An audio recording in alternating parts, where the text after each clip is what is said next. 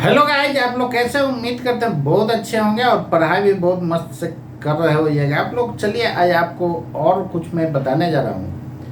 मैंने coulombs law को हर एक तरह से मैंने बताया। और चलिए एक टाइप का और आपको प्रॉब्लम है, इसके बाद हम लोग आज पढ़ेंगे इलेक्ट्रिक फील्ड एंड पोटेंशियल। तो एक तरह का और प्रॉब्लम इस टाइप का पूछा जाता है, इसको आप माइंड में रखिएगा। ये भी काफी इंपॉर्टेंट है। जैसे पहले समझ लीजिए क्वेश्चन क्या कहेगा। क्वेश्चन आपको ये कहेगा कि ये दो बॉडी है, दोनों चार्ज बॉडी है। ये चार्ज कंडक्टर है। कैसा कंडक्टर है? चार्ज कंडक्टर है। इस पे पॉजिटिव चार्ज है। ये मान लेते हैं कि +20 कूलम है, और ये मान लीजिए कि -10 कूलम है, और दोनों आइडेंटिकल स्फीयर है। दोनों कैसा है?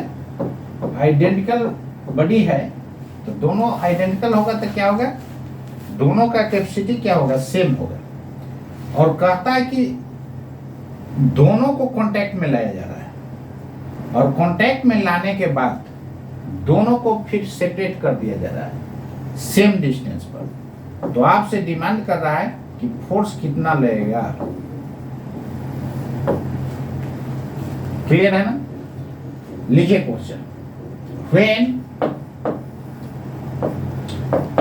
To charge conductors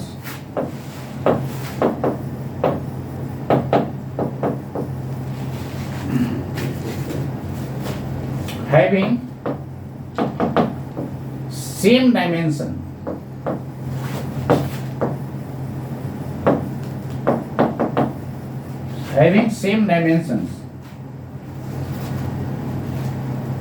are separated by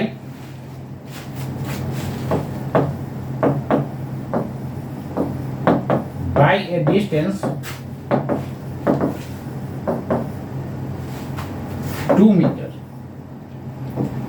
as shown in figure. As shown in figure. Clear है? Now the charged conductors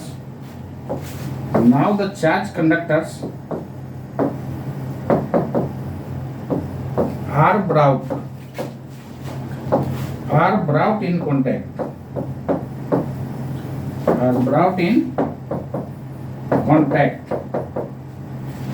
And then they are separated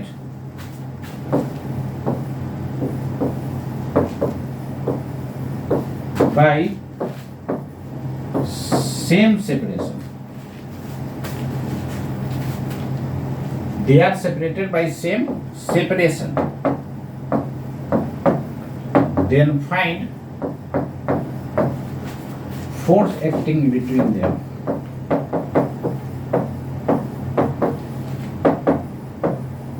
आप लोग समझ गए होइएगा कि इसका क्या मतलब हुआ।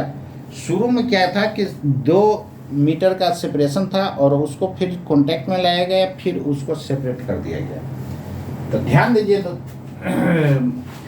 दीजिएगा आप लोग कि ये दोनों को जैसे ही कांटेक्ट में कीजिएगा, तो ये +20 कूलम है, वो क्या है? -10 कूलम है।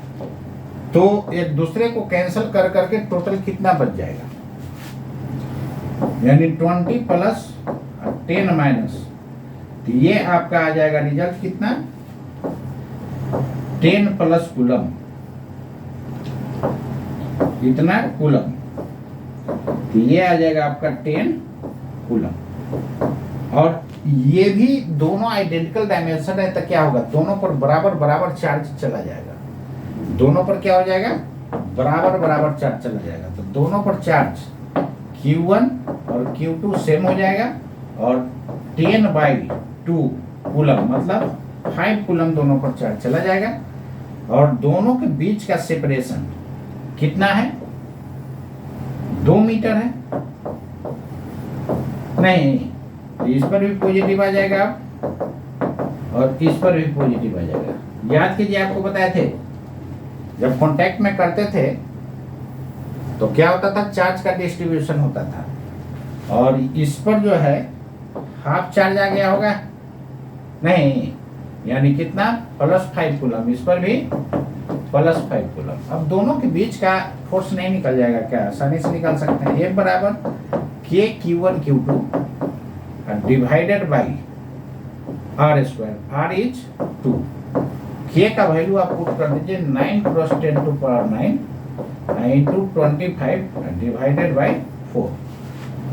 तो 25 9 या 225 बाई 4 इंटू 10⁹, यही आप सोल्व कर लीजिएगा, आंसर आ गया।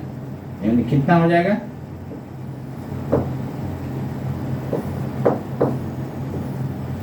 इतना आ जाएगा, इतना न्यूटन, यानी 56.25 न्यूटन आपका आंसर हो जाएगा।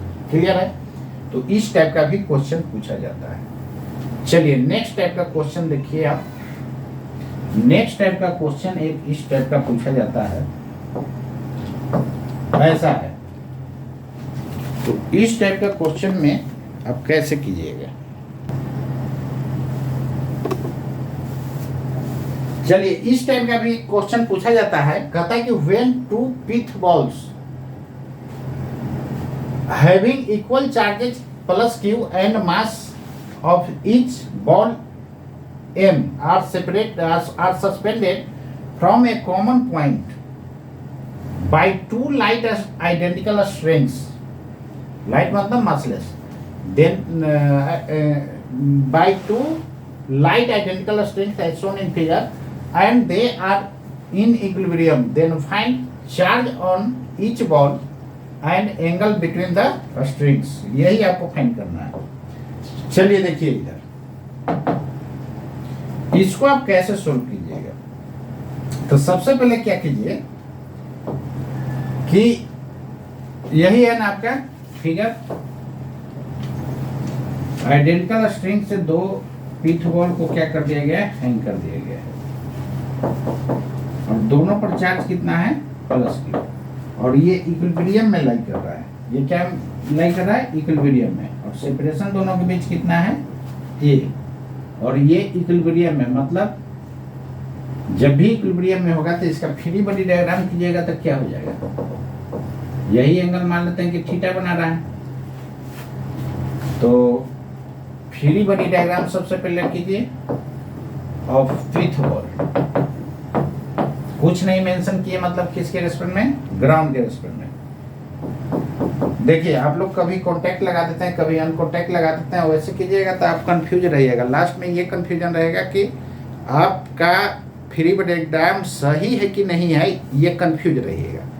तो इसलिए हम लोग सीरियल नंबर से फोर्स को खोजते हैं। सबसे पहले कॉन्टैक्ट फोर्स, इधर से कॉन्टैक्ट में है कोई नहीं, इधर से है, स्ट्रिंग है, तो स्ट्रिंग का नेचर होता है पुलिंग। स्ट्रिंग हमेशा क्या करता है, पुल करता है। तो मान लेते हैं टेंशन T लगा।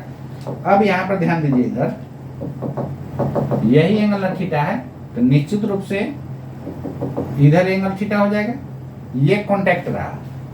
अब दूसरा फोर्स हम लोग खोजते हैं अनकॉन्टैक्ट, ये किधर लेगा, नीचे, और अनकॉन्टैक्ट एक चार्ज के कारण भी होगा। चार्ज क्या पकड़ के पुश कर रहा है क्या, नहीं, अनकॉन्टैक्ट है, तो इसके कारण जो फोर्स लग रहा होगा इधर की तरफ इलेक्ट्रोस्टैटिक फोर्स लग रहा होगा, यही ना। क्लियर है? देखिए जब भी इक्विलिब्रियम में रहेगा तो सब फोर्स को हॉरिजॉन्टल आप वर्टिकल कर दीजिएगा, ये रूल है, आप इसको माइंड में रखिएगा। जब भी इक्विलिब्रियम में होगा तो सब फोर्स को हॉरिजॉन्टल आप वर्टिकल कर दीजिए। तो बोलिएगा कि क्या करना जरूरी है, क्या करने से आपको आसान हो जाएगा। क्लियर है? तो सब फोर्स को हॉरिजॉन्टल वर्टिकल कर दीजिए, लेफ्ट बराबर राइट और अप बराबर डाउन कर दीजिए। तो चलिए इसका कंपोनेंट अब इधर कीजिए, तो इसका इधर कंपोनेंट कीजिएगा तो कितना हो जाएगा, बोलिए।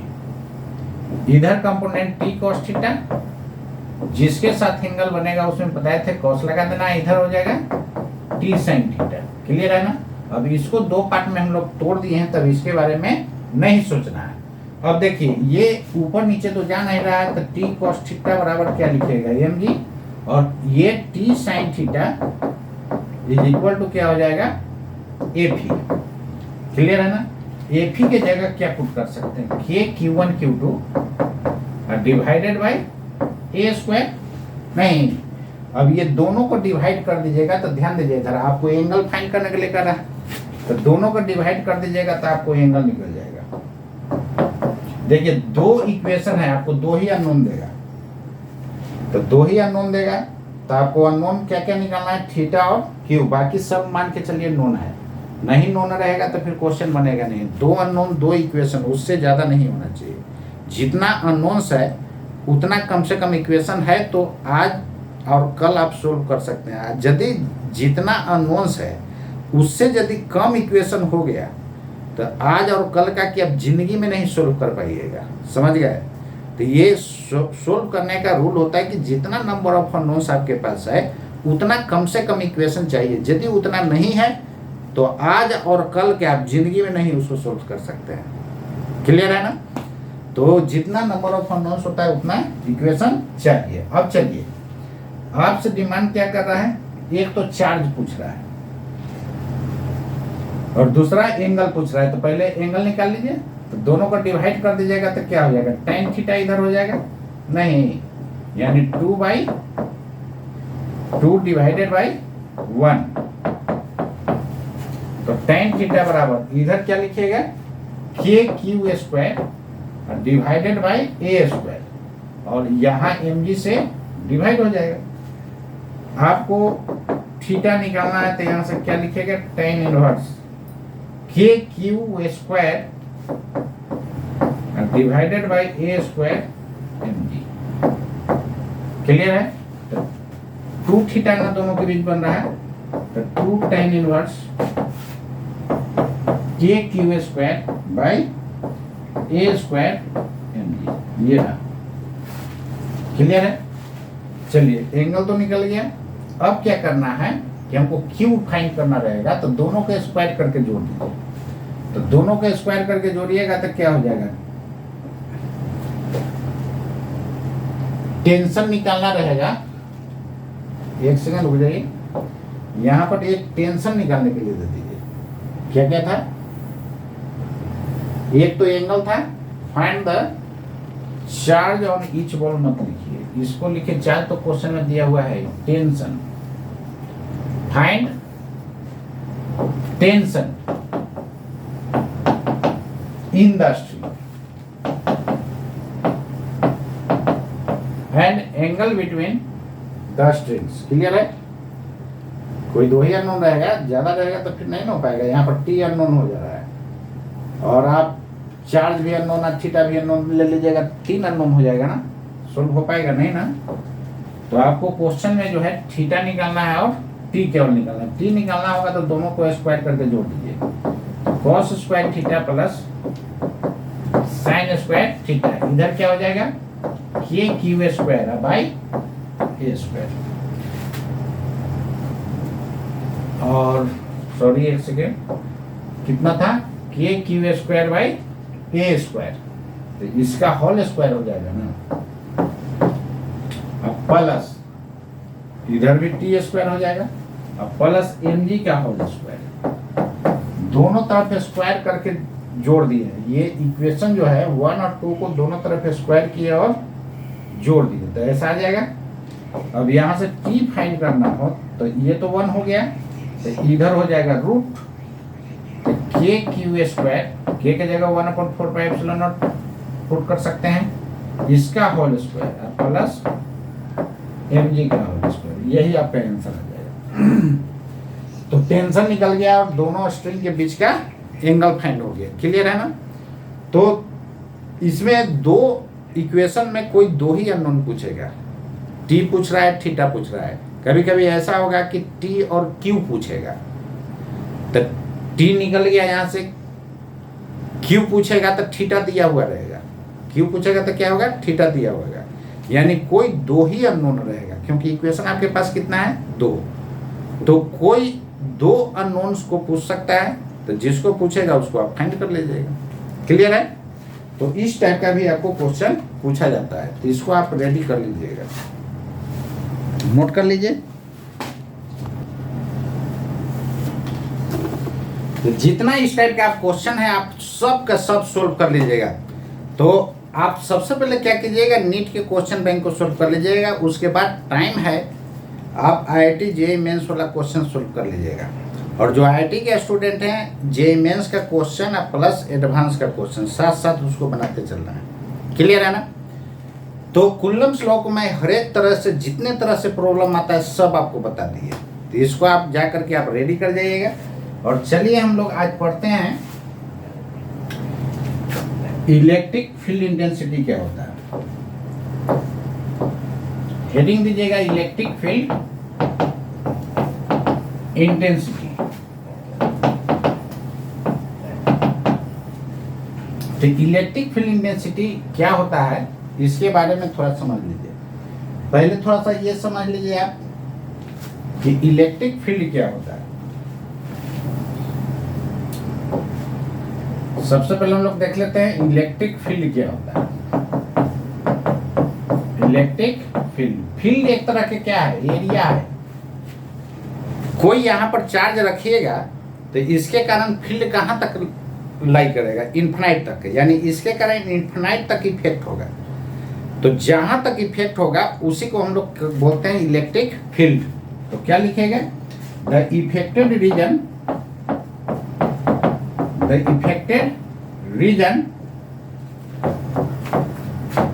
around a charge,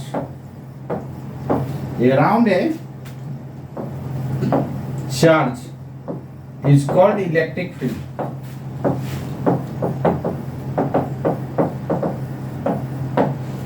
तो ये इफेक्टेड एरिया कहाँ तक होगा दोस्तों बताइए आप, इन्फिनाइट तक होगा। ऐसा जो होगा ये कहाँ तक इफेक्ट इसका लाई करेगा, इन्फिनाइट तक। जैसे यहाँ पर मैग्नेट रखते तो मैग्नेट के कारण इफेक्ट कहाँ तो होगा, कहाँ तक होता है, इन्फिनाइट तक। तो इसको हम लोग फील्ड को क्या बोलेंगे, मैग्नेटिक इफेक्ट। तो मैग्नेट के कारण जो जनरेट होगा फील्ड उसको मैग्नेटिक इफेक्ट, और चार्ज के कारण जो फील्ड जनरेट होता है उसको हम लोग इलेक्ट्रिक फील्ड बोलते हैं। क्लियर है ना? अब यहां पर देखिए इलेक्ट्रिक फील्ड इंटेंसिटी क्या होता है। तो इलेक्ट्रिक फील्ड इंटेंसिटी क्या होता है इसके बारे में समझिए। इंटेंसिटी का मतलब क्या समझते हैं, कितना तेज है, कितना तीव्र है। जैसे अभी लाइट का इंटेंसिटी वोल्टेज डाउन होगा तो क्या होगा, घटेगा। तो यहां पर चार्ज रखे हैं तो इसके कारण चारों तरफ इन्फिनाइट तक क्या होगा, फील्ड होगा। तो यहाँ पर दूसरे चार्ज को रखिएगा तो इस पे क्या लगाएगा, फोर्स लगाएगा। और यहाँ पर भी फोर्स लगाएगा, लेकिन यहाँ पर वैल्यू कम जाएगा। तो यहाँ का इंटेंसिटी हाई होगा और यहाँ का कम होगा। यानी जहाँ पर फोर्स ज़्यादा लगेगा वहाँ पर क्या होगा, हाई होगा इंटेंसिटी, और जहाँ कम लगेगा वहाँ पर लो इंटेंसिटी होगा। तो देखिए इलेक्ट्रिक फील्ड इंटेंसिटी होता क्या है, ये भी एक तरह का फोर्स होता है। यूनिट पॉजिटिव चार्ज पर लगने वाला फोर्स को ही हम लोग क्या बोलते हैं, इलेक्ट्रिक फील्ड इंटेंसिटी बोलते हैं। तो याद रखिएगा यूनिट पॉजिटिव चार्ज पर जितना फोर्स लगता है उसी को हम लोग बोलते हैं इलेक्ट्रिक फील्ड इंटेंसिटी। यानी यूनिट पॉजिटिव चार्ज जितना फोर्स एक्सपीरियंस करेगा उसी को हम लोग बोलते हैं इलेक्ट्रिक फील्ड इंटेंसिटी। यानी इलेक्ट्रिक फील्ड इंटेंसिटी एक तरह का फोर्स हो गया, और कितने चार्ज पर, यूनिट पॉजिटिव चार्ज पे। तो इसको आप डिफाइन कैसे कीजिएगा, ये 12th में कभी कभी डिफिनेशन पूछता है, सिंगल टिक मार दीजिएगा। Electric field intensity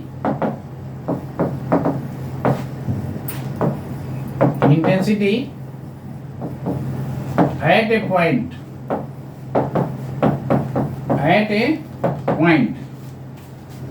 in an electric field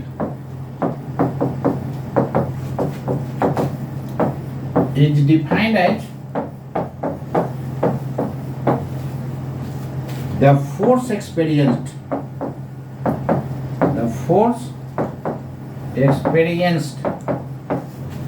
किसके द्वारा, by unit positive charge, unit positive charge, by unit positive charge kept at that point, by unit positive charge kept at that point, बस एकदम इसको जा करके एकदम फोटो कॉपी कर देना एग्जाम में। अपना कुछ माइंड नहीं लगाना। जब भी 12th में what is electric field intensity definition आता है, इसको जाके एकदम कॉपी कर देना है यदि आपको अच्छा मार्क्स लाना है 12th में तब। चलिए, यूनिट पॉजिटिव चार्ज पर लगने वाला फोर्स को हम लोग क्या बोलते हैं? Electric field intensity. जैसे देखिए ना, यहाँ पर क्यू चार्ज है, तो क्यू चार्ज के कारण फील्ड कहाँ तक होगा? इन्फिनाइट तक। तो मान लेते हैं कि कोई r डिस्टेंस पर एक पॉइंट P लिए, क्लियर है? तो यहाँ पर यूनिट पॉजिटिव चार्ज रखिए। यूनिट पॉजिटिव मतलब 1 कूलम का चार्ज। एसआई में 1 कूलम होगा, सीजीएस में 1 ESU बताए थे। तो सीजीएस लेंगे तो ये होगा और एसआई लेंगे तो ये होगा। तो यूनिट पॉजिटिव चार्ज यहाँ पर रखे हैं, यूनिट पॉजिटिव चार्ज यहाँ पर रखे हैं। तो यूनिट पॉजिटिव चार्ज पर जितना फोर्स लगेगा उसी को हम लोग क्या बोलते हैं? इलेक्ट्रिक फील्ड इंटेंसिटी बोलते हैं। तो अब ध्यान दीजिए इधर, यदि हम यहाँ पर क्यू चार्ज रखते हैं तब कितना फोर्स लग रहा होगा? F बराबर KQ1 divided by R square, यही हो जाएगा ना? क्लियर है? अब यहां पर ध्यान दीजिएगा, क्यू चार्ज पर फोर्स लगा कितना? F। Therefore unit positive charge पर F बाई Q, और यूनिट पॉजिटिव चार्ज पर जितना फोर्स लगता है उसी को हम लोग बोलते हैं इलेक्ट्रिक फील्ड इंटेंसिटी। यानी यहां पर Q के जगह यदि 1 हो जाए तो इलेक्ट्रिक फील्ड इंटेंसिटी दे देगा। तो Q से इधर डिवाइड करेंगे, F बाई Q क्या दे देगा? Electric field intensity. This is electric field intensity KQ by R square. इस रिजल्ट को आप लोग फॉर्मूला को याद रखिएगा। क्लियर है ना? अब यहां पर ध्यान दीजिएगा, चाहे तो Q1 Q2 के जगह 1 कर दीजिए, तो 1 कर दीजिएगा तो दे देगा इलेक्ट्रिक फील्ड इंटेंसिटी का formula KQ by R square. तो अब याद रखिए कि इलेक्ट्रिक फील्ड इंटेंसिटी भी एक तरह का फोर्स होता है। वो कितने चार्ज पर होता है? यूनिट पॉजिटिव चार्ज पर होता है। कितने चार्ज पर? यूनिट पॉजिटिव चार्ज पर होता है। तो जहां कहीं भी इलेक्ट्रिक फील्ड इंटेंसिटी चेक करना हो तो वहां पर यूनिट पॉजिटिव चार्ज ले जा करके रखिएगा, और जितना फोर्स एक्सपीरियंस करेगा that is called electric field intensity. Note कीजिए इतना। तो यहाँ पर इलेक्ट्रिक फील्ड इंटेंसिटी का ये फॉर्मूला आप 5 बार लिखिएगा, याद हो जाएगा। चलिए इसका यूनिट एंड डायमेंशन हम लोग देख लेते हैं।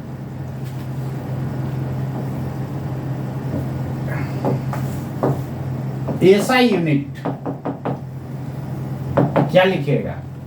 यहां से लिखिए ना, इसका न्यूटन, इसका कूलम, तो न्यूटन पर कूलम हो जाएगा F बाई Q। अरे अभी ये हम डिराइव किए ना, E बराबर क्या हो गया? F by Q। ये भी एक फॉर्मूला हो गया। तो F बराबर QE याद रखिएगा, F बराबर QE, ये फॉर्मूला हो गया।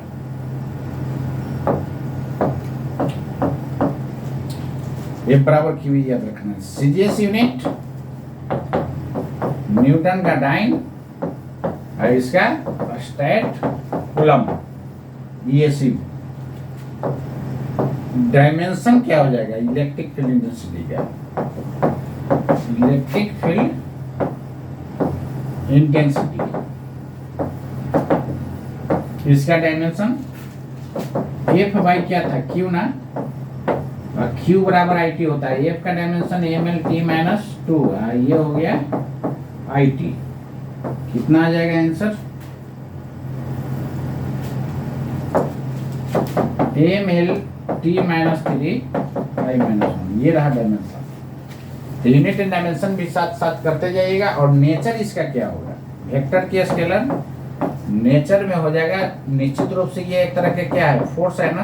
कितने चार्ज पर? यूनिट पॉजिटिव चार्ज पर। तो निश्चित रूप से ये क्या हो जाएगा? वेक्टर क्वांटिटी हो जाएगा। क्लियर है? तो ये निश्चित रूप से क्या होगा? वेक्टर क्वांटिटी हो जाएगा। तब इलेक्ट्रिक फील्ड इंटेंसिटी कुछ नहीं दोस्तों, ये समझना वो भी एक फोर्स होता है। कितने चार्ज पर? यूनिट पॉजिटिव चार्ज पर। इसलिए यूनिट पॉजिटिव चार्ज को हम लोग टेस्ट चार्ज बोलते हैं। क्या बोलते हैं? Test charge. तो ये सारी बात याद रखना है पॉइंट में। Unit positive charge, unit positive charge is called test charge. क्यों टेस्ट चार्ज नाम पड़ा? क्योंकि कहीं भी इलेक्ट्रिक फील्ड इंटेंसिटी चेक करना हो तो इसी यूनिट पॉजिटिव चार्ज को ले जाइए, जितना फोर्स एक्सपीरियंस करेगा दैट इज कॉल्ड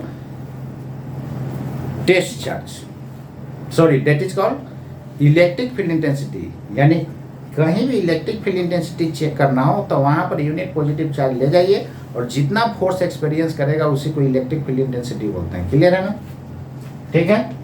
अब यहाँ पर ध्यान दीजिएगा, क्वेश्चन में लिखता है फाइंड इलेक्ट्रिक फील्ड, तो यार फील्ड निकाल पाइएगा इन्फिनिटी तक? ये इन्फिनिटी तक फील्ड मेजर करना पॉसिबल है? तो याद रखना है फाइंड इलेक्ट्रिक फील्ड लिखता है तो इलेक्ट्रिक फील्ड इंटेंसिटी ही समझा जाता है। तो एक पॉइंट नोट कर लीजिए कि इलेक्ट्रिक फील्ड को हम लोग electric field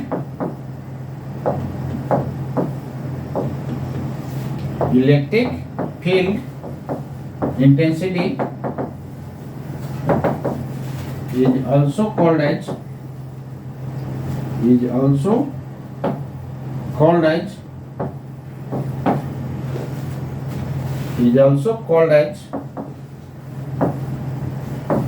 electric field. Find electric field का मतलब इलेक्ट्रिक फील्ड इंटेंसिटी होता है, आप रीजन को फाइंड नहीं कर सकते हैं। तो ठीक है दोस्तों, आज के लिए इतना ही, और अगले क्लास इससे रिलेटेड हम लोग क्वेश्चन करेंगे और पोटेंशियल बताएंगे, इलेक्ट्रिक पोटेंशियल क्या होता है। दोनों को कंबाइन करके हम लोग क्वेश्चन बहुत सारा करेंगे, जैसे हम लोग कुलम्ब्स लॉ में किए। कुलम्ब्स लॉ में हर एक तरह के क्वेश्चन को दिखा दिए, जितने तरह से नीट और IIT पूछता है वो टोटल बता दिया। यानी नीट IIT को मैं छोटा बना दिया। जब छोटा आप बना दीजिएगा तो आसानी से हो जाएगा कि नहीं, तो पूरा डिटेल बता चुका हूँ। तो आप लोग चैनल को थोड़ा सब्सक्राइब किया कीजिए, और खुशी से आपको मन से जम के पढ़ाऊंगा, इसलिए आप चैनल को जरूर सब्सक्राइब कीजिए। तो ठीक है, आज के लिए इतना ही। जय हिंद, जय भारत।